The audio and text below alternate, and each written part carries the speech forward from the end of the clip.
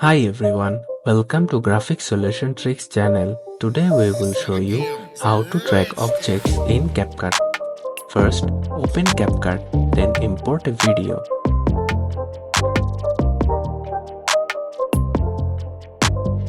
Now add text and then select the text and do some corrections.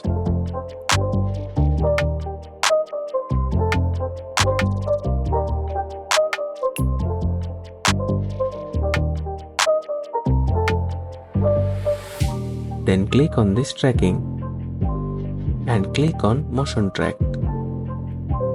And from this drop down select both and then select the object from here .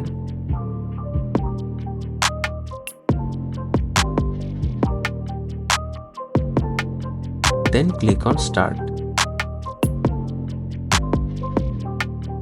and then cancel it where you want to end. Here is the preview.